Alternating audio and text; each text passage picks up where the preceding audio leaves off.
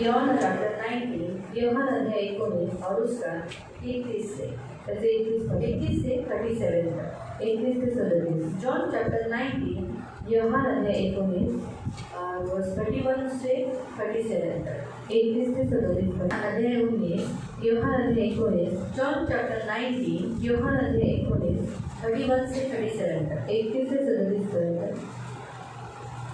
इसलिए कि वो तैयारी का दिन था, यहूदियों ने पिलातुस से विनती की कि उनकी टांगें तोड़ दी जाए, कि वे और फिर उतारे जाए, ताकि सप्ताह के दिन वे क्रूस पर न रहे, क्योंकि वो सप्ताह का दिन बड़ा दिन था।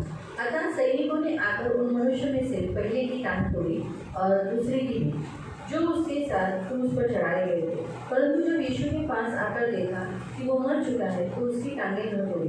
परंतु सैनिकों में से एक ने बर्छे से उसका पंजर भेदा और उसमें से तुरंत लहू और पानी निकला। जिसने ये देखा उसने गवाही दी कि उसकी गवाही सच्ची है, और वह जानता है कि वह सच कहता है, और तुम भी विश्वास करो। ये बातें इसलिए हुई कि पवित्र शास्त्र में जो कहा गया था पूरा हो, उसकी कोई हड्डी तोड़ी न जाएगी। और फिर एक स्थान पर यह भी लिखा है कि जिसे उन्होंने उसे भेजा है, उस पर वे दोषी करेंगे। जॉन चॅप्टर 19, 31 से 37 तक। आता वधस्तंभावर खेळलेल्यांची शरीरे वधस्तंभावर दुसऱ्या दिवशी लटकत राहू नये अशी यहुदी पुढाऱ्यांची इच्छा होती, कारण दुसरा दिवस हा शब्बात होता। इतकेच नव्हे तर तो वलांडनातील शब्बात असून तो एक विशेष दिवस मानला जाईल। तेव्हा वधस्तंभावर खेळलेल्यांना मृत्यू लवकर यावा म्हणून त्यांचे पाय मोडण्याचा हुकूम द्यावा अशी विनंती त्यांनी पिलाताला केली, म्हणजे मग त्यांची शरीरे उतरवून घेता येते। त्याप्रमाणे सैनिकांनी येशूबरोबर वधस्तंभावर टांगलेल्या दोघांचे पाय मोडले। परंतु जेव्हा ते येशूपाशी आले, तेव्हा तो आधीच मरण पावल्याचे त्यांना दिसून आले, म्हणून त्यांनी त्याचे पाय मोडले नाहीत। तरी पण सैनिकांपैकी एकाने त्याच्या कुशीत एक भाला घुसवला, तेव्हा रक्त व पाणी बाहेर आले। हे सारे मी स्वतः पाहिले आणि त्याचा खरा वृत्तांत देत आहे, तो यासाठी की तुम्हालाही विश्वास ठेवता यावा। सैनिकांनी जे केले त्यामुळे पुढील शास्त्रलेख पूर्ण झाले। त्याच्या हाडांपैकी एकही हाड मोडले जाणार नाही, व ज्याला त्यांनी घुसवले त्याचकडे ते पाहते। अपन डोळे बंद करो, प्रार्थना करो। हम आपको को बंद करके पवित्र करुणा में बेटी पिता प्रभु यीशु के नाम से प्रभु हम आपके चरणों के पास करते धन्यवाद देते, वचन की सेवा को अपने हाथों में देते। आप हमें वचन के द्वारा प्रभु संभालते हो, चलाते हो, इसलिए मेरे जीवन देने वाले उद्धारक को भी कभी का वचन हम ध्यान से सुनने के लिए और जो हम सुनते हुए पालन करने के लिए मदद करना। प्रभु हमारा मन भटकने न देना। ये मेरी बेटी मेरी प्रार्थना, सब कुछ आपके हाथों में लेना, रक्षा करना, प्रभु यीशु के नाम से आमीन। Praise the Lord, praise the Lord, hallelujah, hallelujah. हम देखते हैं कि यहाँ यूहन्ना अपनी गवाही दे रहा है, वो भी यीशु मसीह के बारे में गवाही दे रहा है। आणि आपण इथे पाहतो की यूहन्ना साक्ष देत आहे, ते पण येशू ख्रिस्ताबद्दल साक्ष देत आहे। येशू के सचमुच शिष्य जो है वो यीशु के गवाह है, आणि येशूचे जे शिष्य आहेत ते त्याचे साक्षीदार आहेत। अगर हम भी देखेंगे तो हम भी यीशु के शिष्य है, तो हम भी क्या है, गवाह है। आणि आपण जर पाहण्यात आलं तर आपण पण येशूचे शिष्य आहोत आणि आपण सुद्धा साक्षीदार आहोत। हमें यीशु के बारे में बताने के लिए प्रभु ने हमको रखा है, आणि आपल्याला येशूबद्दल सांगण्यासाठी देवाने आपल्याला ठेवलं आहे। यूहन्ना बहुत अच्छी गवाही देता है, आणि यूहन्ना खूप चांगली साक्ष देतो। कितनी अच्छी गवाही देता है जो उसने देखा, क्योंकि अगर हम देखेंगे ना तो जब यीशु मसीह कलवरी क्रूस पर थे तो मोस्टली उसके सारे शिष्य तो भाग चुके थे, आणि जेव्हा येशू ख्रिस्त वधस्तंभावर होते तेव्हा त्याचे सगळे शिष्य त्याला सोडून पळून गेले होते। ये यूहन्ना, यीशु की माँ और मरियम मगदलीनी और थोड़ी सी बहुत सारी स्त्रियाँ वो वहाँ पर थी, आणि तिथे फक्त यूहन्ना आणि त्याची येशूची आई होती आणि मरियम मगदलीनी होती, आणि 2-3 स्त्रिया तिकडे होत्या। बहुत सारी स्त्रियाँ जो उसके लिए विलाप कर रही थी वो भी स्त्रियाँ थी, आणि खूप साऱ्या स्त्रिया जो त्याच्यासाठी विलाप करत होत्या तेवढे त्या पण स्त्रिया होत्या। जिन लोगों के जीवन में यीशु मसीह ने चिन्ह चमत्कार किए वो लोग भी थे, आणि ज्या लोकांच्या जीवनामध्ये येशू ख्रिस्ताने चमत्कार केले ती लोक सदा तिकडे होते, वहाँ पर थे, तिकडे होते। वो लोग छोड़ के नहीं गए, ती लोक सोडून नव्हते गेले। लेकिन यहाँ जो पत्री लिखी है वो यूहन्ना ने लिखी है, पण ही जी पत्री लिहिलेली आहे ती यूहन्नाने लिहिली आहे। त्याने जे डोळ्याने बघितलं तो ते सांगत आहे, और उसने जो आंखों से देखा है वही वो बता रहा है। जरा जास्त क्रूसाच्या जवळ होता, और थोड़ा क्रूस के ज्यादा निकट था, म्हणून तर मरियम जेव्हा आपल्या मुलाला भेटायला क्रूसाच्या जवळ आली, इसलिए जब मरियम कलवरी क्रूस के पास अपने पुत्र को मिलने के लिए आई, माझ्या मुला तुला मी वधस्तंभावर खेळताना बघते, और ये मेरे बेटे मैं तुझे कलवरी क्रूस पर लटकाया देख रही हूँ, वो बहुत रो रही थी। त्यावेळेला येशू तिला म्हणाला, हे बाई बघ हा तुझा मुलगा आहे। और उस समय यीशु ने कहा, हे स्त्री ये देख आज से ये तेरा बेटा है। त्या मुलाला म्हणजे यूहन्नाला सांगितलं की यूहन्ना आजपासून ही तुझी आई आहे. और यूहन्ना को बताया कि हे यूहन्ना, आज से ये तेरी माँ है. त्याच दिवशी योहान तिला काय आपल्या घरी घेऊन गेला. और उसी दिन यूहन्ना उसको अपने घर में लेकर याचा गया. अर्थ नव्हता की येशूकडे येशूचे भावंड होते तर त्या भावंडांनी येशूच्या आईला सांभाळलं नसतं का? सांभाळलं असतं. और इसका अर्थ ऐसा नहीं था कि यीशु मसीह के और भाई थे और वो उसकी माता को संभाल नहीं पाते, ऐसा कुछ भी नहीं था, वो संभालते थे. परंतु त्याचा अर्थ असा आहे पर उसका अर्थ ऐसा की है शिष्यांनी आपल्या मंडळीची, आपल्या ज्या मंडळीची मी स्थापना करत आहे या वधस्तंभावर, त्यांनी त्या मंडळीची रक्षा करावी, तिचा सांभाळ करावा, तिची देखरेख करावी आणि तिला आपल्या आईसारखं मान आणि सन्मान द्यावा, ही येशूची इच्छा होती. और ये बताने का उद्देश्य ये था कि जो शिष्य है उन्होंने जो कलवरी क्रूस के ऊपर जो यीशु मसीह ने कलीसिया बनाई, उस कलीसिया को वो ख्याल करे, उसका माँ की नहीं उसको संभाले, ये वो यीशु मसीह का बताने का उद्देश्य था. जब येशू वधस्तंभावर ओढून त्याने आपला प्राण जेव्हा त्यागला, और जब यीशु मसीह ने कलवरी क्रूस के ऊपर चिल्लाकर प्राण त्याग दिया, त्या काळातले यहुदी लोकांनी ऑलरेडी येशूच्या मागेच होते. मेल्यानंतर सुद्धा ते त्याच्या मागेच होते. त्यांनी विनोदी केली पिलातुसला की त्याची काय करावं, त्याचे हे पाय आहे ना मोडले जावे. और उस काल के जो यहूदी लोग थे वो हमेशा उसके पीछे रहते थे यीशु मसीह के, और वो मरने के बावजूद भी उसके पीछे थे. और इसलिए उसने पिलातुस से विनती की कि उसकी जो पैर है वो उसकी टांगें तोड़ दें. यहुदी लोग काटेकोर रीतीने शब्द दिवस पालन करायचे, सप्तचा दिवस. और यहूदी लोग सप्ताह का दिन बहुत अच्छे तरीके से पालन करते आणि थे. शब्दाचा दिवस तिकडे शनिवार आहे. और शब्बात का दिन वहाँ पर शनिवार है. बायबलनुसार बघायला गेलं तर खरंच शनिवार हा शब्द आहे. और बाइबल के अनुसार अगर देखा गया तो सच में शनिवार ही शब्बात दिन है. हे नेहमी कारण उत्पत्ती अध्याय जर तुम्ही वाचला क्योंकि उत्पत्ति अध्याय में अगर आपने पढ़ा त्यानुसार असाच आहे. तो उसके अनुसार वैसे इस्रायली लोक, यहुदी लोक जसा तो शब्द पालन करतात आणि हा अर्थ तसाच आहे. कारण शनिवार हा शब्द आहे. और इस्राएली लोग और यहूदी लोग वो दिन पालन करते हैं, और उसका अर्थ ऐसा ही है कि शनिवार ही दिन शब्बात दिन है. आणि हेच खरं आहे. और यही सच है. पण आपल्याला आपण देवाचं वचन फक्त एकाच वचनाला आपण पकडून चालत नाही. परंतु परमेश्वर के एक ही वचन को पकड़कर नहीं चलते. कारण शैतान काय म्हणाला, शैतान ने क्या कहा जेव्हा येशूची परीक्षा होत असताना, जब यीशु मसीह की परीक्षा होते समय, तुझ्याविषयी असं लिहिलेलं आहे और तेरे विषय में ऐसा लिखा है, तू खाली पडलास, स्वतःला झोपून दिलंस, तूने अपने आप को नीचे डाल दिया तर स्वर्गदूत तुला हातोहात झेलतील. तो स्वर्गदूत तुझे हाथों हाथ उठा लेंगे. म्हणून तू स्वतःला झोपून. और इसलिए तो अपने आप को नीचे डाल दे.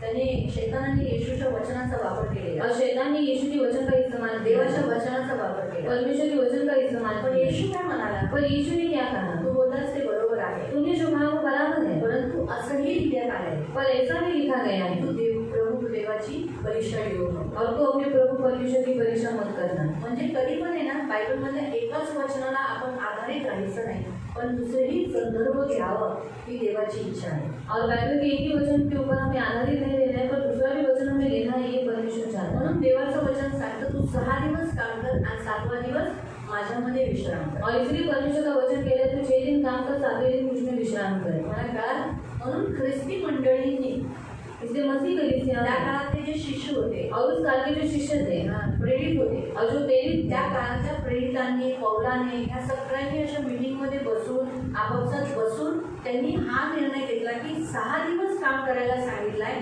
7वा दिवस देवामध्ये विश्राम करायला सांगितलाय. मग प्रत्येक ठिकाणी जसं आपल्याकडे 7वा दिवस कोणता आहे, और हमारे यहाँ पर 7वां दिन कौन सा है, रविवार. म्हणून 6 दिवस माणूस काम करतो, 7वा दिवस देवामध्ये आराम करतो. आणि पाहायला गेलं तर येशू रविवारी उठला. और देखा गया तो यीशु मसीह रविवार के दिन जी उठा है. म्हणून रविवार हा 7वा दिवस म्हणजे पहिला दिवस पण आहे आणि आपल्यासाठी 7वा दिवस पण आहे. और रविवार ये दिन पहला दिन भी है और हमारे लिए 7वां दिन भी है. योहानाच्या याच पुढच्या अध्यायात तुम्ही जर वाचलं तर तिथे लिहिलेलं आहे पहिला दिवस, सप्ताह का पहिला दिन. और यूहन्ना के इसी अध्याय में अगर आपने आगे पढ़ा तो वहाँ पर लिखा है सप्ताह का पहला दिन. पहिलंच वचन. वही अध्याय का मतलब 19 अध्याय बोला ना, तो उसका 20 अध्याय का बोला. रविवारी अगदी पहाटे अंधार असताना मरिया मगदलीना कबरेकडे गेली आणि कबरेच्या तोंडावरील धूळ बाजूला ठेवलेली आहे असे तिने पाहिले. काय लिहिले मराठी बायबलमध्ये अगदी छान रीतीने रविवार हा दिवस दिला आहे ना. और मराठी बाइबल में रविवार ही दिन दिया काय है. लिहिले, रविवारच्या दिवशी मरियम मगदलीने पाहिलं की ज्या कबरेमध्ये येशू ख्रिस्ताला ठेवलं होतं त्याचा धोंड, तो जो दगड होता तो बाजूला काढला होता. पण हिंदीमध्ये लिखा है, सप्ताह के पहले दिन मरियम मगदलीनी भोर को अंधेरा रहते ही कब्रों पर आई और पत्थर को कब्र से हटा हुआ उसने देखा. मतलब सप्ताह का पहला दिन कौन सा है आणि शब्दाचा पहिला दिवस कोणता आहे? शब्दाचा नाही, आठवड्याचा पहिला दिवस कोणता आहे? कोणता आहे? रविवार. म्हणजे पहिला दिवस कोणता आहे आपण पाहायला गेलं? और पहला दिन कौन सा है हमने देखा गया तो? पहिला दिवस कोणता आहे? पहला दिन कौन सा है? रविवार. आठवड्याचा पहिला दिवस कोणता आहे? और हफ्ते का पहला दिन कौन सा है?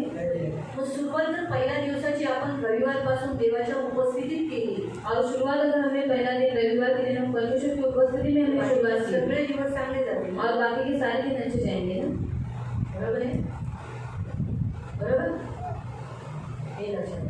आणि जर पहिला दिवस रविवार गिनला गेला और अगर पहला दिन रविवार गिना गया, रविवार पहिला दिवस, सोमवार, मंगळवार, गुरुवार, शुक्रवार आणि शनिवार. और शनिवार. हा काय म्हणतो? 7वा दिवस. म्हणून तिकडच्या काळामध्ये जर तुम्ही आपण इस्रायली लोकांमध्ये पाहिलं तर शब्बात हा शनिवारच आहे. और इस्राएली लोगों में अगर देखा गया तो शब्बात ही शनिवार है. आपल्यासाठी रविवार हा पहिला दिवस आहे आणि 7वा दिवस पण आहे. पर हमारे लिए रविवार ये दिन पहला दिन भी है और 7वां दिन भी है. आपल्याला आठवड्याचा एक दिवस देवाने द्यायला सांगितलं. और हमें हफ्ते का एक दिन परमेश्वर ने देने के लिए बोला है. ज्यांना आता अंतिम काळामध्ये आपण जगत असल्यामुळे और हम अंतिम काल में जीने के कारण शायद बऱ्याच जणांना कामाचा प्रॉब्लेम्स होतो, कामाचे प्रॉब्लेम्स निघतात, टेन्शन्स निघतात. त्यांना शैतान बऱ्याच जणांच्या कामावर रविवारी सुट्टीच देत नाही. म्हणून त्या वचनाला त्या लोकांनी पकडू शकतात. ती लोक आठवड्याचा कोणताही एक दिवस देणार. मग ते कोणत्या दुसऱ्या दिवशी सोमवार, मंगळवार, गुरुवार, शुक्रवार, शनिवार ज्या दिवशी प्रार्थना असेल, त्यांना सुट्टी असेल, त्यांनी येऊन आपला आठवड्याचा एक दिवस देवाला देणं. और जिनके काम के ऊपर हमला होता है और शैतान के काम के ऊपर हमला करता है, जिनको रविवार के दिन छुट्टी मिलने नहीं देना, वही लोग इस वचन को पकड़ सकते हैं जो बाकी के दिन जो है सोमवार, मंगलवार, बुधवार किसी भी दिन जाकर परमेश्वर का दिन परमेश्वर को दे सकते हैं. आठवड्याचा एक दिवस द्यायचा आहे, तो चुकवायचा आहे. पर हफ्ते का एक दिन देना है, पर उसे चुकाना नहीं. जिथं ॲब्सेंटी तुमची झालेली आहे त्याचा जाब तुम्हाला देव नक्की विचार. और जहाँ पर आपकी एब्सेंटी हो चुकी है वहाँ पर परमेश्वर आपको जरूर उसका एक हिसाब दिवस पूछेगा. तुम्हाला स्वर्गात गेल्यानंतर नक्की देव विचारणार की बाबा तू आठवड्याचा एक दिवस दिला नाही मला का? और स्वर्ग में जाने के बाद परमेश्वर आपको जरूर पूछेगा हफ्ते का एक दिन तूने मुझे दिया नहीं क्यों? कारण न्याय आपला आहे, क्योंकि न्याय हमारा है.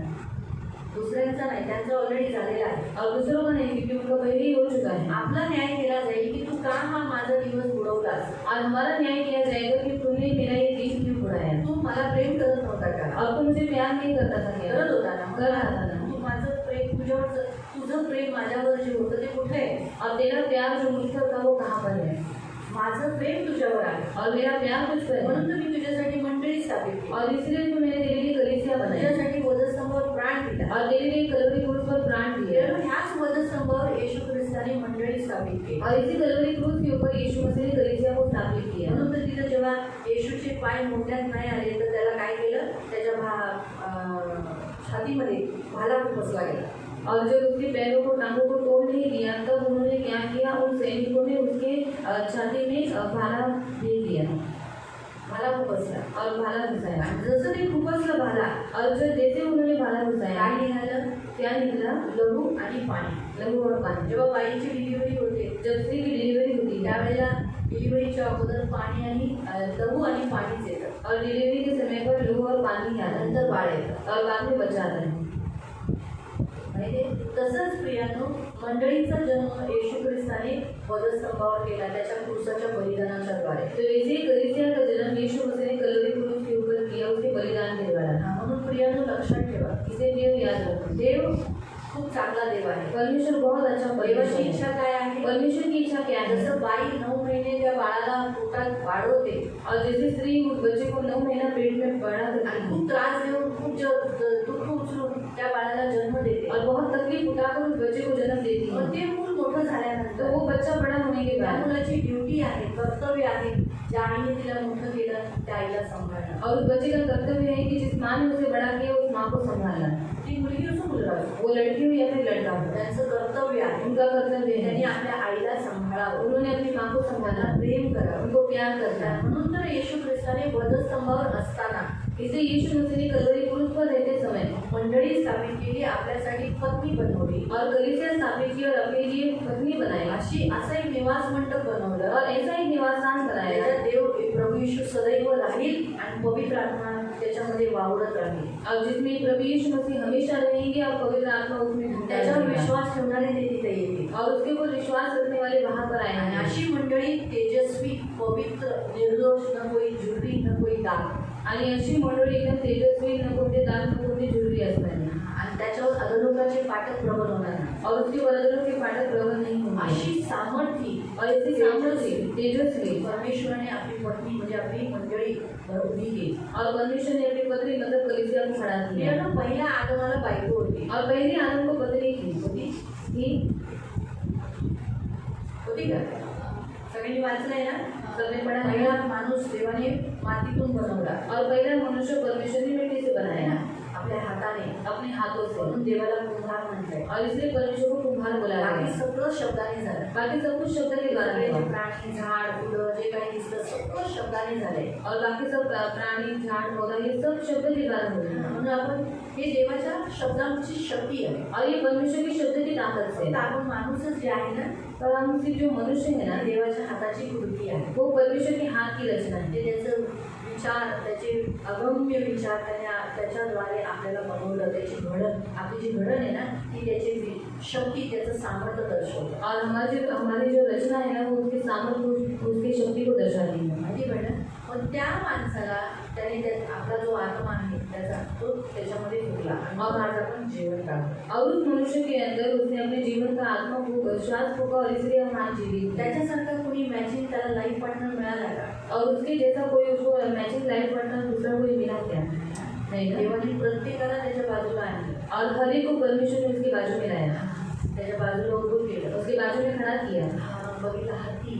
और एक हत्ती असा करून सोड उभा करून बोला. आदमने नाव ठेवलं हत्ती.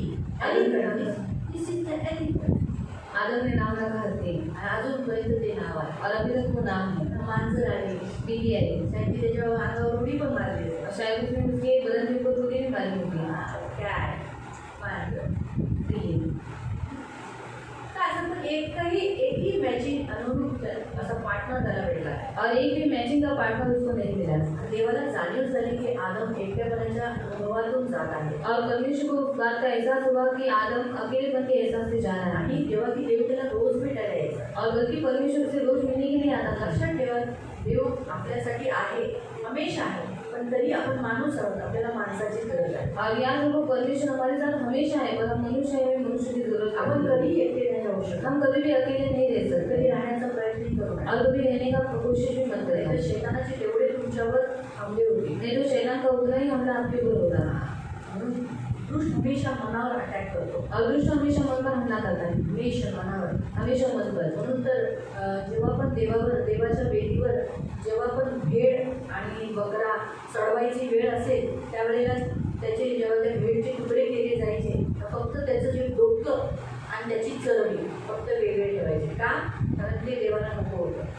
और परमेश्वर की वेदी के ऊपर जब भेड़ और बकरा वो लोग चढ़ाते थे और उसका टुकड़ा टुकड़ा करके जब परमेश्वर को देते थे तब उसका सिर और जो उसकी चर्बी थी वही से बदल करते थे, क्योंकि वो परमेश्वर को नहीं चाहिए. त्याचाच अर्थ आहे की आपलं डोकं आणि आपली चरबी म्हणजे अहंकार, खट्टीपणा, मतभेद, खाऊन माझं त्याला म्हणतात चरबी. और हमारा सिर और हमारी जो चर्बी है, जो सिर मध्ये खूप सारे विचार असतात ना, और मन में बहुत सारे विचार होते हैं ना, म्हणून आपल्याला चरबी चढते और फिर हमें चर्बी आती है. म्हणून त्या दोन गोष्टी वेगळ्या केल्या गेल्या. और उन दो बातों को अलग किया गया. तसंच आहे ना, देवाच्या वेदीवर येताना आपल्याला आपलं डोकं आणि आपल्या चरबी काढायची, वेगळी करायची. देवाच्या समोर येऊन म्हणायचं मी ख्रिस्ताचं मन घालतो, ख्रिस्ताचं मन घालतो, तू असं घालली, छी मला क्षमा कर. आणि चरबी, आपल्याला चरबी आली ना, माज आलाय ना, तो माज काढून टाकायचा. तो आता नाही, माझा हकीपणा पण आता नाही.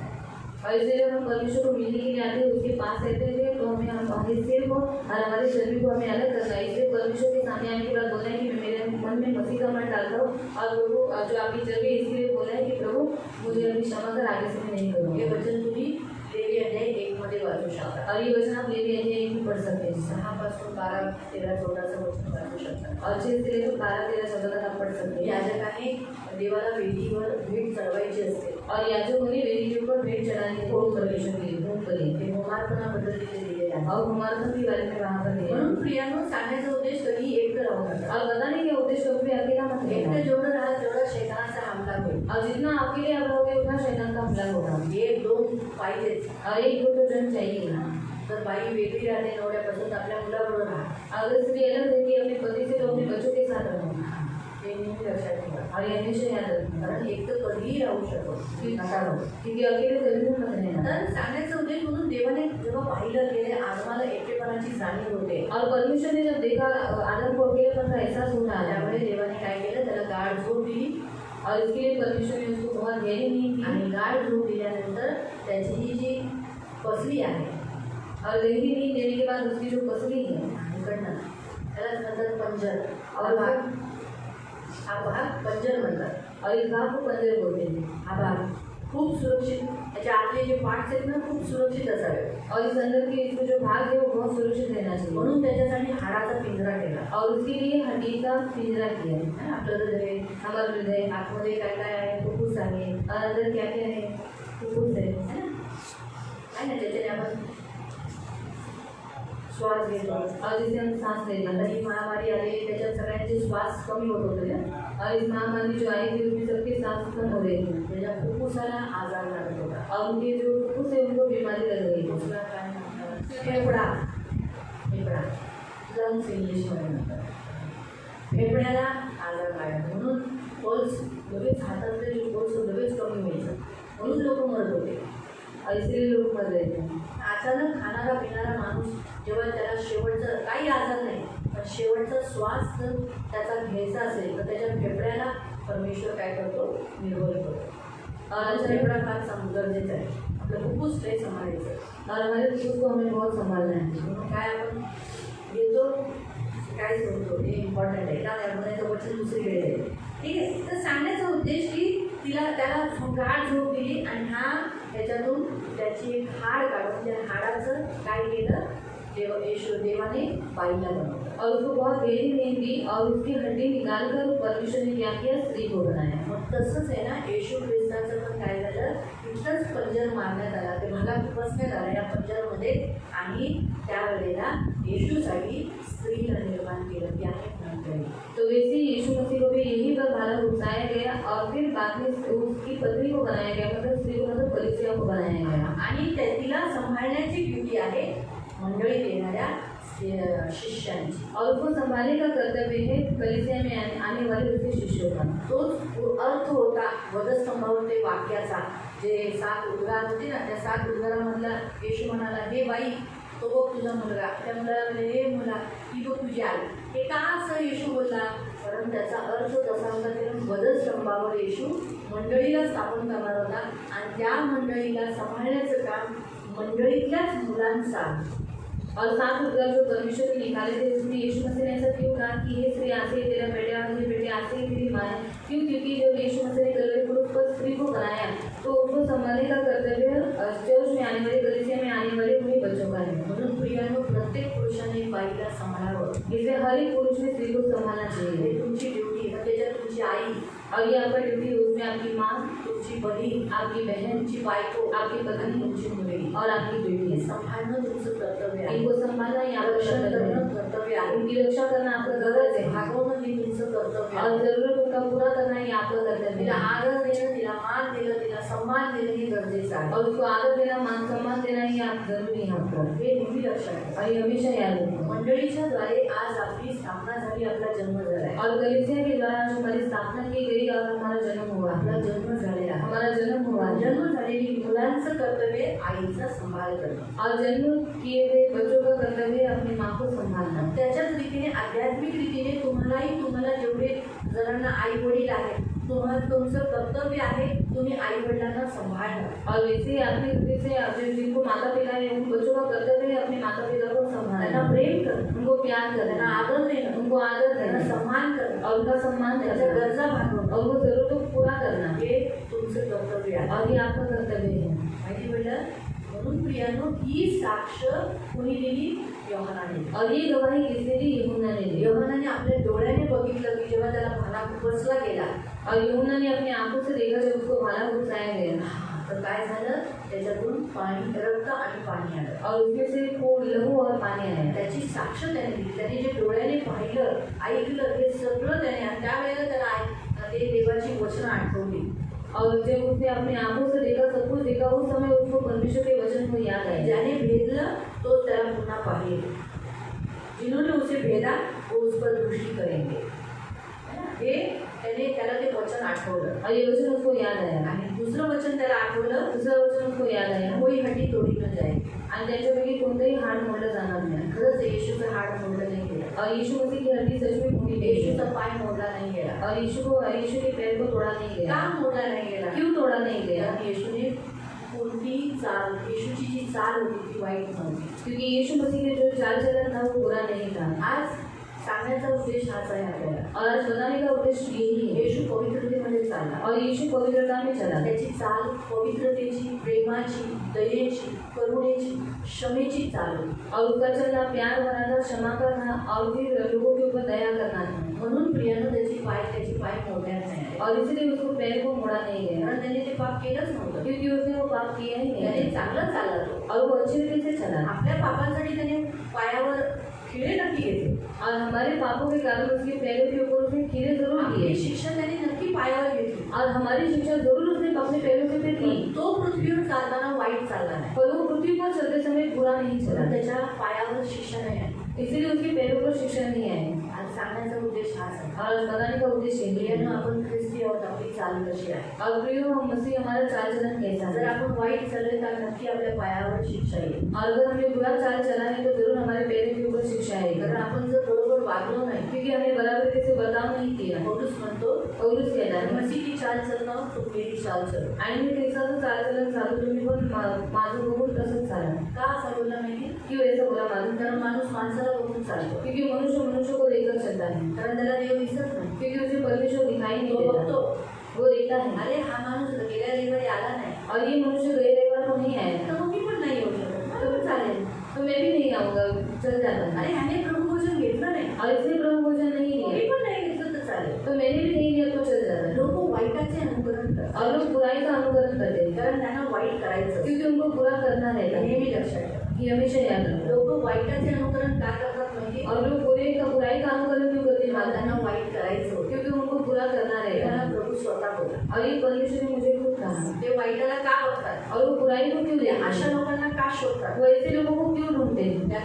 तशी चाल त्यांना चालता यावी. और वैसा चाल चलन उनको भी चलने के लिए मिले। आता जगामध्ये, आता ख्रिस्ती मंडळीमध्ये असे किती फॅमिलीज आहेत, किती मुलं आहेत ज्यांनी आपल्या पद्धतीत प्रभूला न आवडणारे अशा पद्धतीत लग्न केलं. और बहुत सारे ऐसे लोग हैं जिन्होंने परमेश्वर को अच्छा नहीं लगता है, इसी पद्धत में उन्होंने शादी की। मग त्यांना पण तसंच लग्न करायचं म्हणून तो त्यांचं अनुकरण करतात. और उनको भी वैसी ही शादी करना है, इसलिए वो लोग क्या करते हैं, उन लोगों का अनुकरण करते आणि हैं। दोष कुणावर टाकतात? और दोष किसके ऊपर डालते हैं? त्याने नाही लग्न केलं का? और उसने नहीं शादी की, मग मला का तुम्ही दीदी बोलता? तो मुझे क्यों दिदी आप ऐसा बोलते हैं? स्वतःचं पाप लपवण्यासाठी और खुद का पाप छिपाने के लिए प्रेम दोष कुणावर लावतात? दोष किसके ऊपर लगाते त्याने हैं? पहिलं अगोदर तसं केलंय. और जिसने पहला वैसा किया है। परंतु जेव्हा की ते पहिल्याची तर चूक आहेच, और बल्कि पहले वाले की तो गलती है पण ही ह्याची है, तर जास्त आहे. पर इसकी तो ज्यादा आणि है। त्याचं बघून सुद्धा तो सुधारला आहे. क्यों? क्योंकि वो उसका देखकर भी वो सुधरा नहीं। है ना? हे नेहमी लक्षात ठेव. और ये हमेशा याद रखो, कारण त्याला ते करायचंच होतं, क्योंकि उसे वो करना ही था। म्हणून त्याने त्या माणसाचं उदाहरण घेतलं. और इसलिए उसने उस मनुष्य का उदाहरण दिया। हे नेहमी लक्षात ठेव. और ये हमेशा याद रखो। म्हणून कधी आहे ना, लोक म्हणतात ना, अरे एवढे जण करतात, मग आपण काय नाही करायचं? इसे जब लोग बोलते हैं ना कि इतने जनों ने किया तो हमें क्यों नहीं करें? एवढे जण चर्चला येत नाही, आपण पण नाही यायचं, त्याच्यात काय होतंय? और इतने लोग चर्च में नहीं जाते, हम भी चर्च में नहीं जाएंगे, उसमें क्या है? कारण त्यांना यायचंच नाहीये चर्चला. क्योंकि उनको आना ही नहीं है चर्च में। हा तो फक्त ते ब्लेम कर, दुसऱ्यांवर टाकतात ते तसं. और ये तो सिर्फ वो दोष डाल रहे दूसरी त्यांची इच्छाच नाही चर्चला. और उनकी इच्छा ही नहीं चर्च ज्याला जाने की। चर्चला यायचं इच्छा असते, ज्याला देवावर प्रेम आहे, तो कसाही धडपडून कसाही येईलच. और जिसको चर्च में आने की इच्छा है और जो परमेश्वर को प्यार करता है, वो कैसे भी करके परमेश्वर के मंदिर में आएगा, कसाही कैसे भी आएगा। पण येईल, पर जरूर आएगा। आठवड्याचा एक दिवस देईलच तो। हफ्ते का एक दिन वो देगा ही, धडपडेल और बहुत गड़बड़ करेगा, उशीर तो उशीर लेट तो लेट, पण येईल। पर आएगा। कारण देवाला तर दिसलंय ना की उशीर का झाला, शैतानाने खूप अडचणी टाकल्या, पण तरी मी आलो, हे महत्वाचं आहे प्रभूला। और परमेश्वर ने देखा है ना कि वो लेट क्यों आया, शैतान ने बहुत रुकावटें डाली, फिर भी वो आया, ये परमेश्वर को जाणून मालूम है। बुजून नाही लेट येतात, और जानबूझकर लेट काही नहीं लोक आते, जाणून बुजून लेट येतात। और कुछ लोग जानबूझकर लेट आते हैं। आरामाचं धीरे धीरे जाएंगे, भजन गायचे नको, उशिरा जा, और भजन गाना नहीं चाहिए, और लेट जाएंगे। सगळे नाचतात, सब लोग नाचते हैं, मी बोवा राहतो, और मैं खड़ा रहता हूँ, कंटाळतो गाण्याला, और मुझे कंटाळा आता है गाने से, उशिरा जा, हम लेट जाएंगे। म्हणून लोक उशीर आहे। और इसलिए लोग लेट आते कारण हैं, त्यांना गाणी नाही यायची, क्योंकि उनको गीत नहीं गाना रहता त्यांना है, साक्ष नको असते, उनको गवाही नहीं चाहिए। त्यांना हात उचलून आपण मिळून प्रार्थना करतो ते नको असतं। और हम हाथ उठाकर मिलकर प्रार्थना करते हैं, ये उनको नहीं चाहिए, म्हणून ते त्या हिशोबाने घरातून निघतात। और इसलिए उस हिसाब से वो लोग घर से निकलते हैं। मी त्यांच्याबद्दल नाही बोलत, और मैं उनके बारे में नहीं बोल रहा हूँ। सांगण्याचा उद्देश प्रियांनो, आज देवाचं वचन काय सांगतं माहितीये, और बताने के उद्देश्य आज परमेश्वर का वचन क्या कहता है मालूम ते है? देवाला प्रेम करतात, जो परमेश्वर को प्यार करते हैं, भलाईचं अनुकरण करतात, जो भलाई का अनुकरण करते हैं, ते कशीही धडपडतात वो कैसे भी धड़पड़ देवाच्या करते हैं मंदिरात येण्यासाठी। परमेश्वर के मंदिर में आने के लिए, त्यांच्या देवासाठी प्रेम आहे। क्योंकि उनके अंदर परमेश्वर के लिए प्यार मला है। कुठेतरी असं माहीत आहे की नाही, प्रभू मी जाणतो की जर आम्ही आलो तर नाश होईल, और कहीं ना कहीं उनको ऐसा मालूम है कि अगर नहीं प्रभु, अगर मैं नहीं आऊँगा तो मेरा नाश हो मी जाएगा, निर्मल आहे, आम्ही खूप चुका होतात, और मैं निर्बल हूँ, मुझसे बहुत सारी गलतियाँ होती है। रविवारी येऊन येऊन तुझ्या सानिध्यात येऊन मी त्या चुकांची क्षमा प्राप्त करतोय, तो रविवार को आके मैं तेरी क्षमा प्राप्त कर रहा हूँ, आणि मी बरा होऊन चाललो, और मैं चंगा होता जा रहा हूँ, मी तुझ्याकडे येईल तर मी सुरक्षित आहे, माझं कुटुंब सुरक्षित और आहे, मैं तेरे पास आऊँगा तो मैं सुरक्षित हूँ, मेरा कुटुंब भी सुरक्षित हे है, माहीत आहे। और ये मालूम है। बरेच जण चर्चमध्ये काही जण येऊन झोपतात, और बहुत से लोग चर्च में आकर सो जाते हैं, त्यांची ते दुर्बलतेमुळे झोपतात, और उनकी निर्बलता के कारण सोते हैं, हेही देवाला माहीत आहे। ये भी परमेश्वर को मालूम है। तरी त्यांच्यावर देव कृपा करतो, त्यांना क्षमा करतो। फिर भी परमेश्वर उनके ऊपर अनुग्रह करता है, उनको क्षमा करता तेव्हा है, वेळ आले और क्योंकि वो परमेश्वर के पास आए, म्हणून देव त्यांच्या प्राणाची रक्षा करतो, इसलिए परमेश्वर उनके प्राण की रक्षा करता है। नेहमी लक्षात ठेवा। ये हमेशा याद म्हणून रखो। सांगण्याचा उद्देश काय आहे, बताने का उद्देश्य क्या है? येशूचे पाय मोडले नाही, और यीशु के पैरों को तोड़ा नहीं गया, मोडले का, तोड़ा गया कि या दोन्ही डाकूंचे पाय मोडले। और जो दो डाकू थे उनके पैर तोड़े का गए। मोडले माहितीये, क्यों तोड़ दिए गए म्हणजे मालूम है? डाकू चुकीच्या मार्गावर चालले, क्योंकि जो डाकू थे वो गलत मार्ग पर चल रहे थे, भांडले, उन्होंने झगड़ा किया, त्याने मर्डर केले, उन्होंने खून किया, त्याने एकमेकांचे म्हणजे बऱ्याच जणांना लुटलं, त्यांनी उन्होंने बहुत सारे लोगों को लूटा, आपल्या घरातील लोकांना लुटलं, अपने घर के लोगों को लूटा, समाजाला लुटलं, समाज को लूटा, धोका दिला, धोखा दिया, खोटं बोलत होते, झूठ बोल रहे थे, बऱ्याच अशा गोष्टी केल्या, बहुत सी ऐसी बातें की, बलात्कार केला असेल त्यांनी, बलात्कार किया होगा उन्होंने, बहुत बायकांना भ्रष्ट केलं असेल, स्त्रियों को भ्रष्ट किया होगा, मूर्ती पूजा केली असेल, मूर्ति पूजा की होगी, बरेच असे काम केले त्यांनी, और ऐसे काम उन्होंने किए, अशी चाल ते चालले, और ऐसा चाल चलन वो चले, म्हणून त्यांच्या पायांना तोडण्यात आलं। और इसलिए उनके पैरों को मोड़ दिया गया, ते पवित्रतेने चालले नाही, और वो पवित्रता से नहीं चले, म्हणून त्यांचे पाय तोडले। और इसलिए उनके पैर को तोड़ा गया। माहिती पडलं? पण येशू तसा चालला नाही, पर यीशु वैसे नहीं चला, वधस्तंभावर होता तो, कलवरी क्रूस पर था वो, मेला होता तो, मर गया था वो, काय कठीण होतं पाय तोडायला, और क्या कठिन था पैर तोड़ने के लिए, देवाने तोडून दिलं नाही। और परमेश्वर ने तोड़ने नहीं दिया। डाकूकडे गेले, दोन जण होते, एका डाकूचे पाय तोडत होता, एक दुसऱ्या डाकूचे पाय तोडत होता, और डाकू लोगों के पास दो लोग थे, एक डाकू के पैर तोड़ रहा था और दूसरा दूसरे डाकू के पैर तोड़ रहा जे था, सैनिक होते दोन्ही लोकांचे सैनिक, और जो लोग लोगों के सैनिक थे, एका डाकूकडे जाऊन दोन्ही पाय तोडले, और डाकू गुडघे आहेत ना ते फोडून टाकले, और डाकू के पास जाकर उनके घुटनों को तोड़ दिया, कारण हे फोडलं तर लवकर मरण होईल, और अगर ये तोड़ दिया गया तो फिर जल्दी मृत्यू आ ते जाएगी, पळणार नाही, एक तो वो भागेंगे नहीं लवकर मरतील। और जल्दी मर जाएंगे। कारण येशूचं लवकर मरण का झालं त्या डाकूंपेक्षा, और यीशु का मृत्यू सबसे पहला क्यों हुआ उन डाकुओं से भी पहले, कारण डाकूंना फटक्यांनी मारलं नव्हतं, और डाकुओं को पट्टों से नहीं मारा था, डाकू आपल्यासाठी मेले नाही। और डाकू हमारे लिए नहीं मरे, येशूला गुरुवारी रात्रीपासून जो टॉर्चर झाला, और यीशु मसीह को गुरुवार के रात से जो टॉर्चर हो रहा था मारलं, उसको बहुत मारा, त्याच्यानंतर त्याला फटक्यांनी मारलं, और उसके बाद उसको पट्टों से मारा, अगदी त्याचं हे जे शरीर आहे चाळण झालेले, आपण भात चालतो, और बघितली ना आपल्या प्रत्येकाच्या घरात चाळण असते, त्या चाळणीसाठी त्याचं शरीर झालं, और उसका शरीर एक छल्ली की नहीं हो चुका था, आणि तो म्हणतो पत्नी माझे हाडं मोजू शकतो. और वो कहता भी है कि मैं मेरी हड्डियों को गिन सकता म्हणजे हूँ, त्याची हाडं त्याला दिसत होती. मतलब उसकी हड्डियाँ उसको दिखाई दे रही त्याला थी. त्याची हाडं त्याच्या पायाला मांड्यांना त्याची हाडं तो मोजू शकत होता. म्हणजे एवढंपर्यंत डीपपर्यंत अगदी मांस काढलं होतं. और उसके शरीर की उसकी पैरों की हड्डियों को वो गिन पा रहा था, मतलब बहुत गहराई से उन्होंने उस मांस को खींच कर निकाला था. विचार करा. म्हणून खूप रक्त गेलं होतं. और बहुत खून उसका बह गया था. त्याच्यात कुठं राहिलं होतं ते डोकं, त्याच्या डोक्याला पण काट्याचा मुकुट घातला. और जो बचा खुटा जो सिर था उसके ऊपर भी कांटों का मुकुट खूप पहनाया गया. रक्तबंबाळ झाला तो. बहुत लहूलुहान हो गया वो. नंतर त्याला 3 किड्यांवर लटकवण्यात आलं. और बाद में उसे 3 किलो के ऊपर लटकाया गया. मस्करी केली, थट्टा केली, बरंच काही आपल्याला तुम्हाला माहीतच आहे. और उसका मजाक उड़ाया, बहुत कुछ उन्होंने किया, ये सब आपको मालूम है. खूप रक्त त्याचं गेलं. और बहुत लोग उसका गया. म्हणून तो या डाकूंपेक्षाही लवकर मेला. और इसलिए उन डाकुओं से भी पहले यीशु मसीह मर या गया. डाकूंना काय शिक्षा मिळाली? और इन डाकुओं को क्या शिक्षा तो मिली? क्रूस वाहून न्यायचा होता. सिर्फ क्रूस उठाकर लेकर जाना था. क्रूस वाहून त्यांना 3 किड्यांवर लटकवले. और क्रूस के ऊपर 3 किलो के ऊपर उनको सिर्फ लटकाया था. म्हणून ते लवकर मेले नाही. और इसलिए वो जल्दी मर नहीं पण गया. ह्याच्यावर तुम्ही नेहमी लक्षात ठेवा, जो पापात जगतो ना त्याला तडफडून मृत्यू असतो. और इसे एक बात अब याद रखो, जो पाप में मरता है उसको तड़प तड़प कर मृत्यू देती है. आसानीने मरणार नाही. और वो आसानी से नहीं मरता है. कारण त्रास शरीरात जे शरीरात त्यांनी पेरलंय आणि हे वचन कसं त्या शरीराबद्दल तयार करत असताना मिळालं. शरीराने जर देवाचा गौरव केला नाही और शरीर से अगर परमेश्वर की महिमा नहीं की तर शरीरात तुम्हाला मरायच्या अगोदर यातना सहनच करावे लागतात. तो शरीर में आपको मरने से पहले यातनाओं को उठाना ही जे पड़ेगा. पेरलंय तुम्ही शरीरात त्याची कापणी तुम्हाला शरीरात घ्यावीच लागणार. आणि जो- तेव्हा तुम्ही नंतर पृथ्वी सोडा. कमीच नाही. जगाचा रूल आहे प्रत्येक माणूस.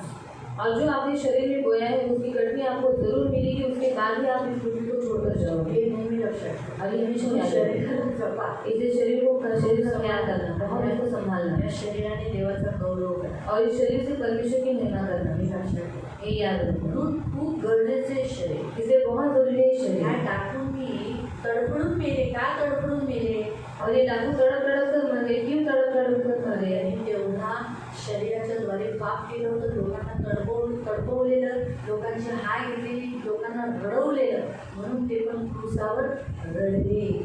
और क्योंकि उन्होंने बहुत लोगों को बुलाया था, बहुत से लोगों को तड़पाया था, उनको बहुत तकलीफ दी थी, इसलिए उनको भी कलवरी क्रूस पर जो क्रूस पर थे उनके ऊपर भी उसको बहुत रोना पड़ा. हा रूल आहे देवाचा. और ये नियम है परमेश्वर बायबलमध्ये पण दिला आहे. बाइबल में भी दिया है. पेराल बोओगे कापणी. कटनी होगी. तुम्ही कुणाला जरी जाणून बुजून रडवले तर तुम्हालाही रडावं लागणार. और आपने अगर किसी को जानबूझकर बुलाया है तो आपको भी रोना पड़ेगा. हा रूल आहे. ये नियम है. वेळ लगेच नाही भेटणार. तुरंत नहीं मिलता ना, वेळाने भेटणार. थोड़े समय के बाद मिलेगा. उगवतो थोडं उगवायला वेळ लागतो ना. क्योंकि उगने के लिए थोड़ा समय लगता है ना. आणि देव तो टाइम पण देतो पश्चाताप करायला, म्हणजे कमी उगवायला. और परमेश्वर समय देता है पश्चाताप करने के लिए, क्योंकि कम उगने के पण लिए. उगवतं. पर उगता जरूर है. पण उगवणार. वो उगेगा. झाड झालं तर मग लईच त्रास. और अगर झाड़ बन गया तो बहुत तकलीफ है. छोटंसंच मध्ये क्षमा मागितली तर कमी शिक्षा आहे. और छोटे से इसमें अगर क्षमा मांग ली तो कम शिक्षा मिलेगी. असं आहे. म्हणून सांगण्याचा उद्देश ह्या काकूंनी ह्या डाकूंची जे पाय मोडले, और ये डाकुओं के पैर तोड़े गए आता त्यांच्या पायांनी पवित्र चालले नव्हते. क्योंकि उनके पैरों में पवित्र चाल चलन नहीं चले थे.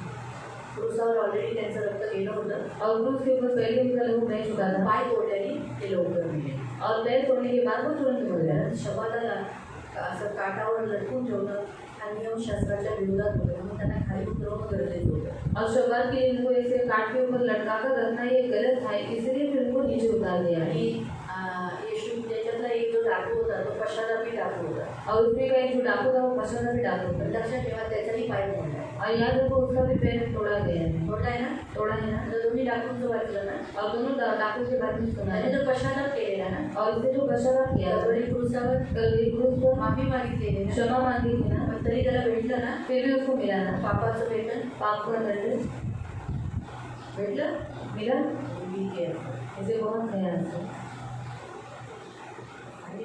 तर सांगण्याचा उद्देश हाच आहे की येशू आज आपल्याला या उपवासाच्या दिवशी काय सांगतो या वचनात. और यीशु मसीह इस वचन के द्वारा इस उपवास प्रार्थना में क्या बता रहे हैं. हेच ही जी मंडळी देवाने बनवली यही जो कि परमेश्वर ने जो ये कलीसिया बनाया है, याच्यात उपवास करून आपले पाय धुवायचे. और इस उपवास कर हमारे पैरों को हमें धोना है. खूप दूर गेले तर ते पाय तुटतील. और कहाँ तोडायचे गए का पाईप, और पेड़ को तोड़ना नहीं क्या? आपण जे पेरले त्याचं फटके खायचे का आपल्याला? और हमने जो बोया है उसका पटका हमें खाना है क्या? मी एवढं सगळं नसेल केलं, तुम्ही चांगले जगला असाल.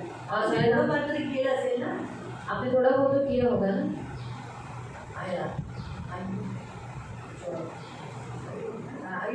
अयुब म्हणाला, तो नीतिमान होता. और अयुब ने कहा वो तो धर्मी था. तो म्हणाला, माझ्या तारुण्याच्या पापाचं शिक्षा माझ्या पायाला ठोकली त्याने. और मेरे जवानी के पाप की शिक्षा उसने मेरे पैरों में दी. हां, तर माझ्या तारुण्याच्या पापाला त्याने त्याच्या तारुण्यात काय पाप केलं असेल, और उसने अपनी जवानी में क्या पाप किया होगा, त्याची शिक्षा त्याच्या पायाला त्याने ठोकली. और उसकी शिक्षा उसके पैरों पर मिली.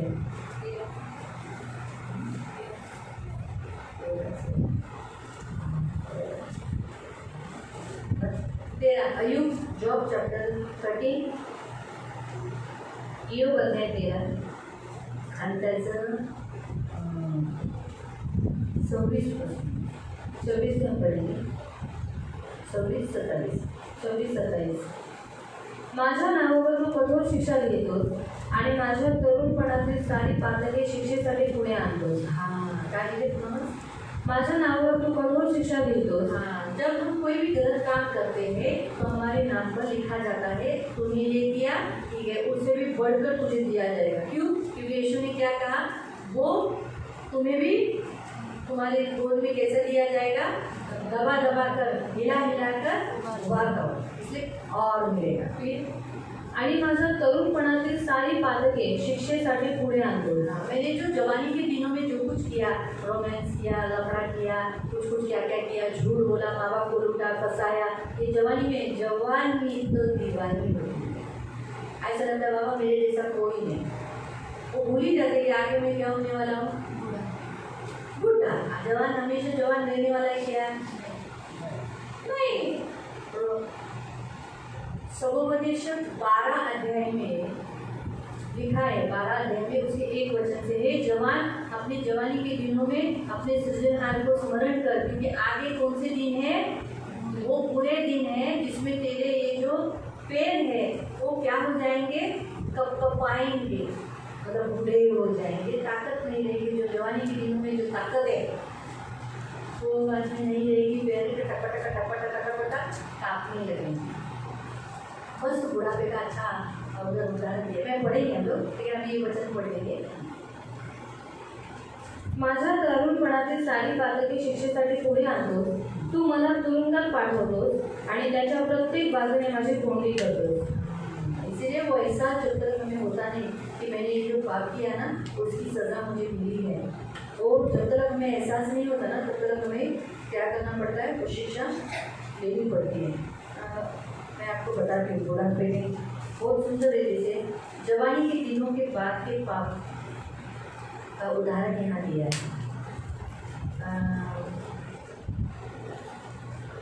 ठीक है, अभी पहले 1 और 2 वचन है जो है ना, पढ़ेंगे.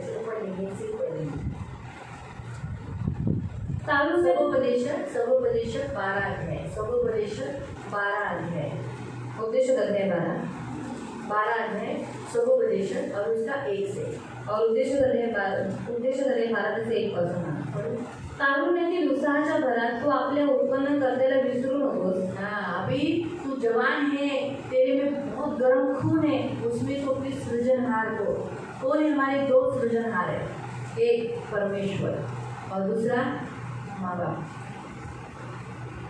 एक है परमेश्वर और दूसरे हमारे माँ बाप. चलो अभी आपके जो माँ बाप मर गए होंगे तो ठीक है, छोड़ो जाने दो, लेकिन जो जिंदा है याद रखो, उनको संभालो, उनके आगे रहो, उनको स्मरण करो, उनको भूलो मत. अनाथ आश्रम में डाल के छोड़ो मत, रास्ते में किधर भी छोड़ो मत. पैसा मांग रहे तो पैसा दो, उनको संभालो. हम भी जब छोटे थे हम भी मांगते थे ना, पैसे दे, चलिए पैसा निकाल के दे देते ना माँ बाप. तो आज वो हमसे पैसा मांगते तो उनको देना चाहिए, हमारी ड्यूटी है. हम कमाते, हमारी कमाई का 10 हिस्सा, 10वां हिस्सा माँ बाप को जाना चाहिए. जैसे हम परमेश्वर को 10% देते हैं, तसं आपण देवाला 10वा हिस्सा तो देतो. माँ बाप को भी 10% देना. आई वडिलांना पण 10वा हिस्सा ये द्यायचा. हमेशा याद रखना. हे नेहमी लक्षात ठेवा, फिर उनके कारण ही आज कारण आपण त्यांच्यामुळे आज आपण आहोत. हम क्या सोचते, अरे माँ बाप को पेंशन है, आणि आपण काय विचार करतो आई वडिलांना माँ बाप को तो मैं खिलाता हूँ, आई वडिलांना मी खायला उनको क्या देते. करूँ? त्यांना काही करू नये. लेकिन मैं आपको पूछती हूँ एक सिर्फ अभी यहाँ पर भी पेंशन है ना तुम्हारे लोगों है ना? अगर आपके बच्चे कमाई का कुछ भाग आपके हाथ में लाकर दिए, बाबा पापा ले गया, तो आप क्या बोलेंगे? मेरे को पेंशन है, रख तेरा पैसा, ऐसा बोलेंगे? बोलेंगे? आप क्या करोगे? आप लोगे ना, और क्या करोगे? खुश हो जाएंगे ना. ये हमेशा रहेगा. उनको क्या पैसा नहीं मिलता है, उनको पेंशन है. आणि त्यांना काही पैसे नाही भेटत, ऐसा त्यांना नहीं पेन्शन आहे. ऐसा नहीं बोलेंगे. उनके पास होगा तो भी बोलेंगे, अरे मेरे बेटे ने दिया, मेरी बेटी ने दिया. आणि त्यांच्याकडे असं तरी पण ते म्हणते की माझ्या मुलाने दिलं आणि माझ्या मुलीने दिलं. अरे उनको 10,000 पेंशन आता होगा आणि भले त्यांना 10,000 पेन्शन आहे 10,000 रुपया दिया, आणि तुम्ही 1,000 रुपये दिले, तो भी वो उस 1000 को बहुमूल्य 10,000 से ज़्यादा समझे. आणि तरी सुद्धा त्या 1,000ला ते 10,000पेक्षा पण किमती समजते. क्योंकि बेटी का है ना, बच्चे का है मेरे. कारण मुलांचं आहे ना ते. अरे प्रभूची स्तुती असो. है ना. तर तुम्हाला कळाला का अर्थ? आज हमारा परमेश्वर वही कहता है कि अपने सृजनहार को कभी नहीं भूलना, और हमें लिए खर्चा करने के लिए कभी मत देना, क्योंकि उन्होंने हमारे लिए बहुत खर्चा किया है. फिर हम भी उनके लिए खर्चा करने के लिए ऐसा ये करते, कितना दुख होता होगा उन बेचारे को. उनको कितना फीलिंग आता होगा कि नहीं मेरे लिए पैसा गिन रहे हैं. माँ बाप मरने के बाद क्या वो पैसा कितना खाएंगे. आणि आई वडील गेल्यानंतर ते पैसे किती खाणार. उसको दुख रहेगा कि रे जिंदा के तो सड़पाया. आणि दुःख असेल की जीवन होते तेव्हा आम्ही त्यांना तडपवलं. काश उनकी इच्छाओं को पूरा करते. आणि काश त्यांच्या इच्छांना पूर्ण केलं असेल. जिंदा है अभी जितने लोगों के संभालो अपने माँ बाप को. म्हणून जेवढ्या लोकांचे आई वडील जिवंत आहेत आपल्या आई वडिलांना पैसा पैसा का हिसाब मत लगाओ. पैशाचा हिशोब लावून आनंद करो, आनंद देणार. क्योंकि वो नजदीक है परमेश्वर के पास जाने के. आणि कारण ते जवळ जाणे देवाच्या जवळ जाण्यासाठी है ना. आगे वो जाएंगे ना, प्रभु के पास ही जाएंगे ना. आणि पुढे ते चालेल देवाकडे चालेल ना. जिंदा है उनको आदर दो, मान दो. आणि जिवंत आहे तोपर्यंत आदर मान द्या. वहाँ लिखा है उनको स्मरण कर. पुढे अनिष्ट दिवस येतील अनिष्ट दिवस यानी बुढ़ापा आएगा. तेव्हा तुला आयुष्याचा कंटाळा येईल. अभी जो जवानी के दिन में लग रहा है हाँ वो तुझे एंजॉय नहीं करेगा. इतना लग्न झालेलं असेल, बाईची कटकट, नवऱ्याची कटकट, जे आई वडिलांबरोबर राहत, जो माता पिता के साथ रहते समय जो आनंद था, आई वडिलांबरोबर राहत असताना तो आनंद होता. तो वो पति पत्नी के साथ रहते हुए, बाल बच्चों के साथ रहते हुए टेंशन पर टेंशन थे. ऐसा लगी काम ये जाते बाबा दुनिया छोड़. आणि नवरा बायकोबरोबर राहत असताना मुलांबरोबर राहत असताना नुसतं टेन्शन असं वाटत कधीच जाते देव सोडून. तो मन नहीं लगेगा. मन नाही लागणार. म्हणून तो आपल्या तरुणपणातच देवाचा आदर कर. हाँ, इसीलिए अपने जवानी के दिनों में परमेश्वर का आदर कर. म्हातारपणी दृष्टी अधूर होईल. सबसे पहला आपके आंखों में कितने जनों को चश्मा है?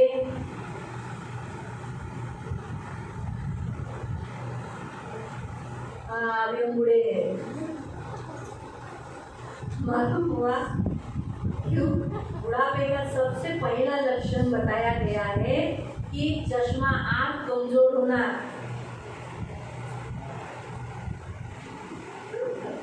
ये सबसे पहला लक्षण आंख में. जिनको चश्मा नहीं, अच्छे प्रभु की तरह बुढ़ापा चालू नहीं हुआ है. इसलिए आजकल के बच्चे लोग को देखो, छोटे छोटे बच्चे भी बैटरी पे रहते हैं, है ना. छोटे छोटे बच्चों को भी चश्मा बचपन से लग गया है. तो इसलिए सबसे पहला आँख कमजोर हो जाएगी. दूसरा, तेव्हा सूर्य आणि प्रकाश, चंद्र आणि तारे तुझ्या दृष्टीला अंधुक होतील. सब कुछ तुमको अंधेरा अंधेरा दिखेगा. ये कोण तरी तिथे बसलेले, कोण बाई, इटा बाई आहे. इटा मावशी,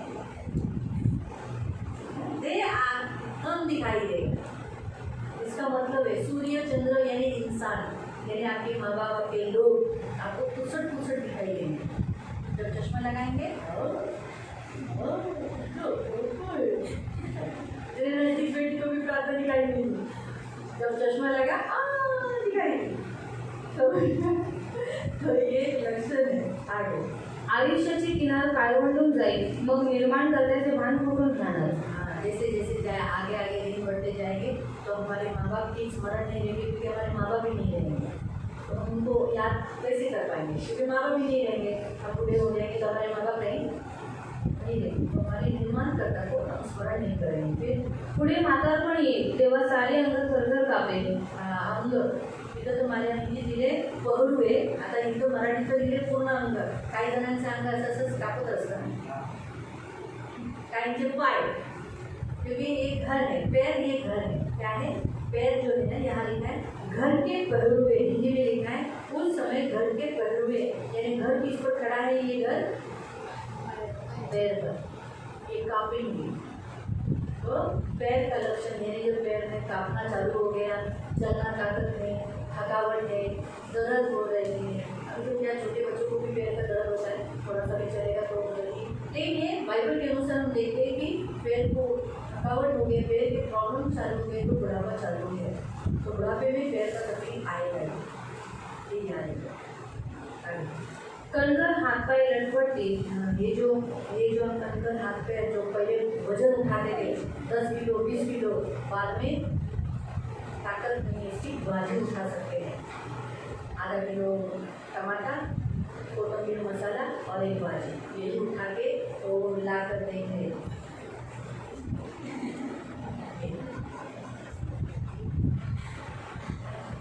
फिर दात आपले काम करणार नाही आणि आंधळेपणा देखील येईल.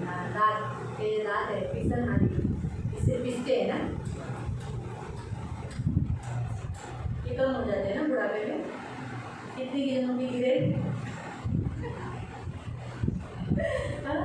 तो तकलीफ लगा लो, अभी तो अपने आज के काल में अच्छा है, तकलीफ लगा ले सकते हैं, लेकिन कम हो जाएंगे, खाना ज़्यादा नहीं जाएगा, कम दांत कम रहेंगे, कमजोर हो जाएंगे, ऐसा ये हो जाएगा। दात नाहीसे झाले की खाताना बोट घट्ट मिटून घेईल. आई समझेगा, क्योंकि दांत नहीं से झाले ना, दांत नहीं ले रहे, तुला भल्या पहाटे पक्ष्यांच्या पहिल्या स्वराबरोबर जाग येईल, पण ते झोप कमी होईल. बुढ़ापे का लक्षण है नींद कम होना और अति भोर को उठना। सुबह उठेगा बोले काय बाबा तुम्ही सकाळी सकाळी उठता, अरे बाबा ते म्हातारे झाले, ते सकाळीच उठणार. या आईला ना डोकंच नाही, आता म्हातारपणात तरी चांगलं झोपायचं, अरे बाबा ते म्हातारपणात झोप येणारच कुठं, चिमण्यांचा चुचू चुचू व्हायच्या अगोदरच हे उठलेले असते. हो 4 वाजले का, हो ना, मी पण जाग आहे, झोप कमी असेल.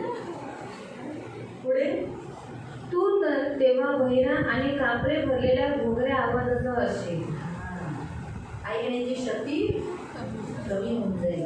पहिल्या म्हातारपणात ऐकायला जरा कमी येतं, म्हणून जसं जसं वय वाढायला लागतं ना, आपल्याला 2-3दा म्हाताऱ्या माणसांना समजवतात. और जैसे जैसे उम्र बढ़ती है तो 2-3 बार और बूढ़े लोगों को समझाना पड़ता है. हे नॅचरॅलिटी आहे, और ये नेचुरलिटी है. परमेश्वराने माणसाच्या शरीराला असं बनवलेली गरज आहे, और परमेश्वर ने मनुष्य को इस तरह से बनाया है, त्याच्यामध्ये आपण काहीही करू शकत नाही. इसमें हम फक्त फक्त एक एकच कर गोष्ट सकते हैं. करू शकतो, जर तुम्हाला हे नको असेल तर. और आपको ये बात नहीं चाहिए तो आप एक ही बात कर सकते हैं, जे मोजेसने केलं, जो मोसेस ने किया. देवाच्या जवळ राहायला, परमेश्वर के निकट रहा. म्हातारा झाला तरी पण त्याचं शरीर हष्टपुष्ट होता, तो वाकला नव्हता, त्याच्या डोळे चांगले होते, धुंदळे नव्हते, त्याला सगळं दिसत होतं, कारण तो देवाच्या जवळ होता. देवाच्या जेवढं तुम्ही जवळ असाल तर ह्या म्हातारे झालं तरी तुम्हाला झुरळी नाही येणार. और जितना परमेश्वर के निकट होगे आप कितने भी बूढ़े होने दो पर आपके ऊपर चुड़ियाँ नहीं आएंगी, तुमचे डोळे अंधुक नाही होणार, आपकी आंखें अंधी नहीं होंगी कमर नाही वाटणार, और आप झुकेगी नहीं. काठी पकडून पकडून तुम्ही चालणार नाही, लाठी पकड़ कर आप चलेंगे नहीं. हे करायची गरज पडणार नाही, और ये करने की जरूरत नहीं कारण पड़ेगी, येशू तुमची काठी होईल, क्योंकि यीशु मसीह आपकी लाठी पे येशू तुमच्या चलेंगे कमरेचं बल असेल. और यीशु आपकी कमर का बल होगा. अशा रीतीने तुम्ही 80-85 जरी झालात, और 80 और 85 आप कितना भी हो जाओगे कोणाला पाहिजे एवढं वय तरी तुम्ही कसे असाल, तो भी आप कैसे रहोगे, असेच असाल, ऐसे ही रहोगे. झुकलेले नसाल. झुकोगे नहीं। अशा रीतीने देव तुम्हाला बनवेल. और इस तरीके से परमेश्वर आपको बनाएंगे देवाच्या जास्त महिमेसाठी तुमचा देहाचा वापर करा. और इसलिए परमेश्वर की महिमा के लिए आपके शरीर का ज़्यादा इस्तेमाल करें। सांगायचा उद्देश तोच आहे. और आज बताने का उद्देश्य वही की आपले है। पाय खूप सांभाळले. पुढे दात कमी असतील, ऐकायला कमी येणार आणि जेवण बरोबर लागणार नाही. पुढे तुला उंचावरून पडण्याची भीती वाटेल तेव्हा पहिलं तारुण्यात तुम्ही उड्या मारत होता. उंचावरून, झाडावरून. आता एक स्टेप सुद्धा, एक पायरी सुद्धा खूप सांभाळून जपावं लागतं.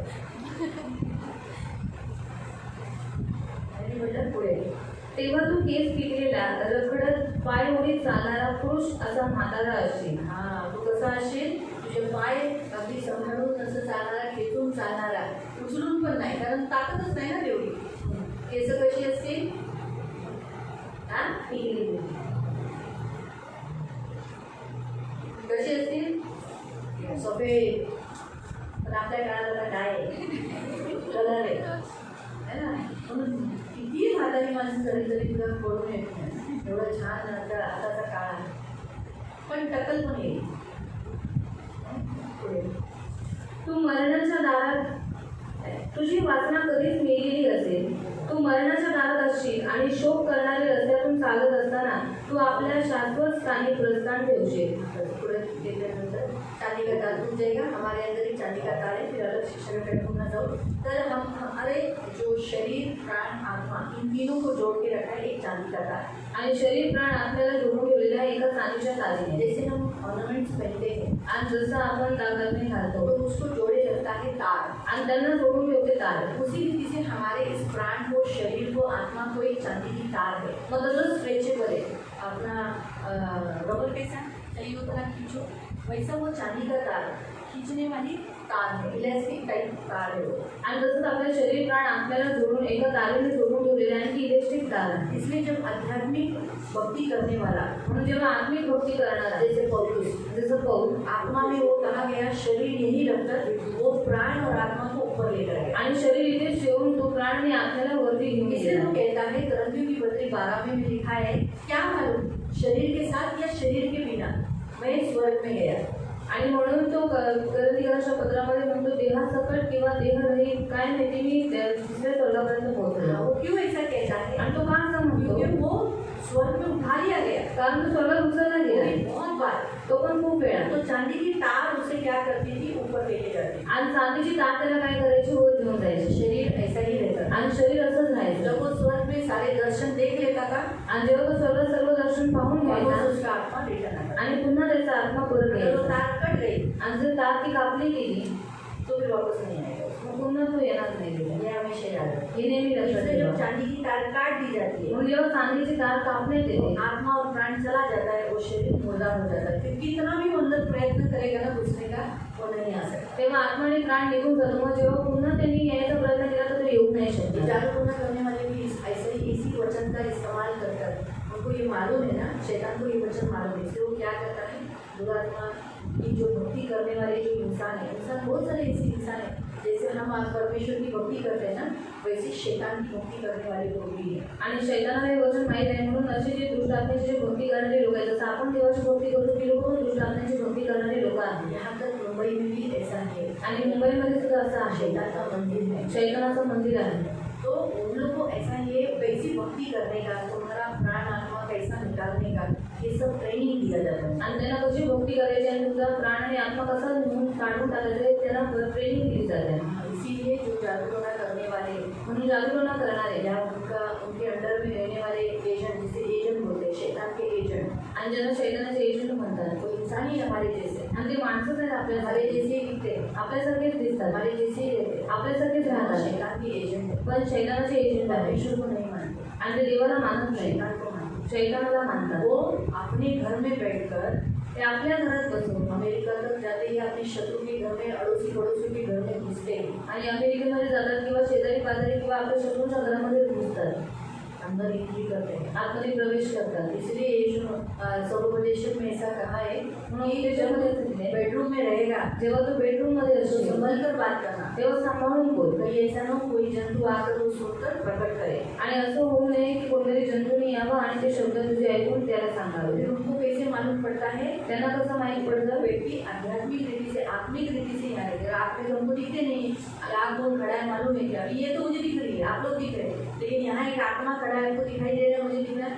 वैसे घरों के अंदर ऐसे शैतानी आत्माएं बहुत सारे रूप लेकर आती है, आणि तसंच घरांमध्ये शैतानी आपले रूप घेऊन ती लोक त्या घरात येतात. इससे हम संभल कर बात करना वैसा वहाँ लिखा है। आणि म्हणून आपण सांभाळून बोललं पाहिजे, म्हणून तसंच ते तो लिहिलं आहे. कहने का उद्देश्य प्रियो, याद रखो हमारे पैर बहुत इंपॉर्टेंट है। आणि लक्षात ठेवा आपले पाय खूप महत्वाचे आहे. हम कैसे चलते हैं, आपण कसं चालतो, चाल कैसी है, आपलं चालचलन कसं आहे, पवित्र रखो, पवित्र तो ठेवा, हमारी टांग टूटेगी। तेव्हा आपले पाय मुंड्यात नाही येणार. इसलिए यीशु मसीह ने क्या किया? म्हणून येशू ख्रिस्ताने काय केलं? यूहन्ना 13 में अपने शिष्यों के पैर हुए। योहान 13 मध्ये आपल्या शिष्यांचे पाय धुतले. पैर धोए ना, पाय धुतले ना. प्रभु की इच्छा ये है कि हम भी उसके भवन में आने के बाद यीशु से कहें कि हमारे पैर धोए। आणि देवाची पण ही इच्छा आहे की त्याच्या पवित्र मंदिरात आल्याच्यानंतर आपण पण येशूला म्हणावे, येशू माझे पाय धुव. मोसेस जब परमेश्वर को देखने के लिए सिनाई पर्वत पर चढ़ गया, आणि मोशे जेव्हा देवाला पाहण्यासाठी सिनाई डोंगरावरती गेला, परमेश्वर ने कहा तेरे पैर की जूती निकाल, जिस स्थान पर तू खड़ा है वो पवित्र स्थान है। आणि देव त्याला म्हणाला, तुझ्या पायाच्या चपला तू काढ, कारण तुझ्या स्थानावरती उभा आहे ती जागा पवित्र आहे. ये भी सिनाई पर्वत के समान परमेश्वर ने चुना हुआ नगर। आज आप परमेश्वर से मिलने आते हो तो सबसे पहले हमें क्या निकालना है? चप्पल। आणि हे पण सियॉन डोंगर जे देवाने निवडलेली जागा आहे, पण जेव्हा तुम्ही इथे येतात तर सर्वात पहिले आपल्याला काय काढायचं? पायाची चप्पल. चप्पल का मतलब है अपने पाप, चपलेचा अर्थ आहे आपली पाप, गंदगी, घाण. हमारे अंदर क्या क्या, हमारे पैर कहाँ कहाँ गए, क्या क्या काम किया, झगड़ा किया, गाली दिया, अक्षमा किया, निंदा किया, मारामारी किया, प्रार्थना नहीं किया, ये सब पाप इधर आने के बाद कबूल करना। हाँ प्रभु, मैं मेरी चप्पल निकाला, ये मेरे पाप निकाला, मुझे क्षमा कर, मैंने आपको बहुत बुलाया, बपतिस्मा लेने के बावजूद भी मैंने ऐसे ऐसे काम किए, प्रभु मुझे क्षमा कर। आणि आपले पाय कुठे कुठे गेलेले आहेत ते सर्व बाबांना कबूल करायचं आहे. देवाला म्हणायचं, देवा मला क्षमा कर, मी बपतिस्मा घेतलेला आहे, तरी सुद्धा मी पाप केलं, तुम्हाला माफ कर. तो फिर प्रियो, ये जरूरी है, आणि प्रेम हे गरजेचं आहे. हम हमारे प्रभु से अपने पैर को धुलवाना, आणि आपण देवाकडून आपले पाय धुवून घ्यायचे, फिर हमारे पैर में तोड़े नहीं जाएंगे, मग आपले पाय सुद्धा मोडण्यात नाही येणार. नहीं तो नाहीतर हमें भी शिक्षा मिलेगी। आपल्यालाही शिक्षा भेटणार. अगर हमने माफी नहीं मांगा, जर आपण क्षमा नाही सही मागितली, चाल नहीं चले, तर योग्य चाल चालू क्या काय चाहिए? क्षमा चाहिए, शिक्षा चाहिए। काय पाहिजे? क्षमा पाहिजे की शिक्षा? हाँ? क्षमा ना, क्षमा मांगो तो बंद करेगी। हे आपण डोळे हम प्रभु से क्षमा मांगेंगे, आपण देवाकडे क्षमा मागू. हम हमारे इस पैर से कैसी चाल चले, आणि आपण आपल्या पायाने कशी चाल सकतो? गलत, दुखीता, दुचिता, गंदी, घाण, बुरी, वाईट, झगड़ा, भांडणं करणार, अक्षमा, अशनीची एकदम कठोर, किंवा कठोरतेचे, निर्दयी, दुष्टता, दृष्टतेचे. जैसे हम चले आज पैर में जैसे जो जो किया है उसे भी प्रभु से क्षमा मांगो। आणि जसं आपण चालू या पायाने जे जे केले त्यासाठी देवाकडे क्षमा मागा. प्रभु से माफी मांगो। हा प्रिय देवाकडे क्षमा मागो. पहले प्रभु मुझे क्षमा कर, देवाला म्हणून, देवा मला क्षमा दे, मुझे माफ कर। मला माफ कर. और प्रभु को अपने पैर धोने को करेंगे, आणि देवाला आपले पाय धुवायला सावध करा. कहेंगे जैसे तू पवित्र है वैसे मुझे पवित्र है। आणि म्हणाल जसं तू पवित्र आहेस, मला सुद्धा पवित्र कर.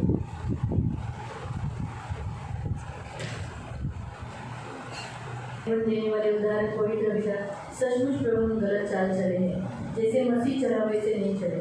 आपने हमारे पृथ्वी पर हमारे सामने यीशु के पद चिन्ह रखे हैं, उन्हीं पद चिन्हों पर हमें अपने कदम रखकर चलना है, लेकिन हम उन पद चिन्हों पर अपने कदम नहीं रखे, हम बंदी चाल चले हैं जो बिल्कुल आपके योग्य नहीं, आपके राज्य में वैसी चाल है भी नहीं। हमें क्षमा कर, हमें झूठ की, गाली की, निंदा की, बुराई की, दुष्टाई की, कपट की, धोख की, प्रभु ऐसी बहुत सारी चाल चले, हमें क्षमा कर, हमें माफ कर दो। पवित्र पिता, ये मेरी विनती, मेरी प्रार्थना है, सबके पैर को धो दे, और जैसे तू शुद्ध है, पवित्र है, वैसे हमें शुद्ध और पवित्र बना दो, क्योंकि आपने पैर धोने के बाद कहा कि तुम सब शुद्ध हो। तो मेरे पिता, हम सब कुछ शुद्ध बनाओ, हमारे सोच, हमारे विचार शुद्ध बनाओ। ये मेरी विनती है, लेवियों की पत्री में अध्याय 1 में प्रभु पवित्र पिता सिर को और चर्बी को अलग रखा, लेकिन प्रभु आपने पैर को तोड़ने नहीं दिया, वो अपनी वेदी पर अर्पण करवाया याजक के द्वारा। मेरे पिता, हम भी यही चाहते हैं, आपने वहाँ लिखा है कि कि पैर को धोया गया, वहाँ लिखा है आंतड़ियों को और पैर को धोकर वेदी पर चढ़ाया। तो हमारे आंतड़ियाँ यानी हमारा भीतर भाग, हमने सचमुच भीतर भाग में जो गलतियाँ की उसे अंदर से जो छुपा के रखी थी उसे हमने निकाला है। आज आपके सामने कबूल किया करो और पैर को भी धुलके उठो। प्रभु दया करो मेरे राजा यीशु, ये मेरी विनती है और आज आपके पवित्र चरणों में अपने आप को समर्पण करते हैं, अर्पित करते हैं। प्रभु सबको शुद्ध और पवित्र जीवन जीने के लिए मदद करें, आपको भावता हुआ, आपको पसंद आया ऐसा जीवन जीने के लिए मदद करें। सभी को आशीषित करें। आज के शुक्रवार के उपवास में प्रभु प्रार्थना करते हैं, इन्हें बदलना, बढ़ाना, इनमें से एक भी आत्मा नाश मत होने देना, दया रखना, इनकी सुनी लेना, विश्वास में दृढ़ करना, बहुत बढ़ाना, इनकी रक्षा करना, इन्हें बहुत आशीषित करना, इनको फलद्रुप करना, इन्हें कभी किसी चीज़ की कमियाँ गड़ी होने वाली धन मान समाज से जुड़े ऐसे प्रयोग करना, सदा आनंदित रहने के लिए सहायता करना, इनकी सुनी लेना, इनकी रक्षा करना। प्रभु कलवरी क्रूस पर आप हमें बचाने के लिए, हमें उद्धार देने के लिए मारे गए और शुक्रवार के दिन ही आप उठा लिए गए। ये दिन बड़ा महत्व का दिन है जो हमें उद्धार देता है, हमें पापों की सजा से मुक्त करता है और हमें स्वर्ग लेके जाता है।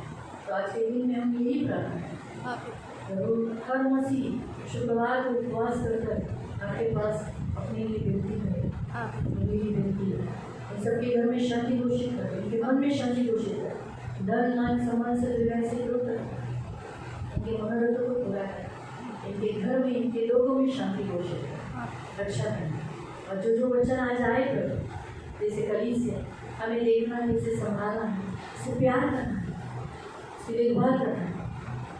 प्रभु तेरी आत्मा प्रति सिय्योन कलीसिया बनी रहे, ये किसी इंसान ने नहीं, आपने बनाई है प्रभु, ये आपकी योजना का भाग है। सिय्योन नाम भी आपने सिय्योन दिया, बाइबल में बहुत बार, जुड़े करार से लेकर नए करार में सिय्योन बहुत बार है। ये आपका घर है प्रभु, जहाँ वास है और इस घर में आने वाला हर एक जन आपका है, बेटा और बेटी, आपका वारस आपका ही है। धन्यवाद है चर्च की रक्षा करना, चर्च के सारे शिष्यों को बनाना, रक्षा करना। यहूदा का नाश हुआ, वैसा किसी का भी नाश नहीं होना है। सिय्योन चर्च में कोई यहूदा इस पर की वही मत है। मेरी विनती, मेरी प्रार्थना है, इस वचन को सीखते सीखते प्रभु आपने हमें ये भी सिखाया, हमारे सृजनहार को हम स्मरण करें, एक आप और दूसरा मन मांगना। हम कभी भी प्रभु आपको और अपने माता पिता को भूले नहीं करते। इन्हें ये बात हमेशा समझने के लिए मदद करें, इन्हें बुद्धि दे, अहंकार घमंड दूर कर और अपने माँ बाप के आधीन रहने के लिए, आपके आधीन रहने के लिए मदद करें। मेरी प्रार्थना, माँ बाप की इज्जत प्यार करें, है ना, ये मेरी बेटी, इन सब की सुनी लेना, उनकी रक्षा करना। सारा आदर, सारी महिमा, सारी प्रशंसा, सारा गौरव जाने जैसे इन्हें आया वैसे भी सुरक्षित से घर में पहुँचा, इनकी रक्षा, इन्हें आशीषित कर, शाम के दोनों आवश्यक को खत्म कर, दोनों घरों में प्रभु नई नई आत्माएं आने के लिए मदद कर, उद्धार पाने के लिए मदद कर। ये मेरी प्रार्थना है प्रभु यीशु के नाम से, आमीन।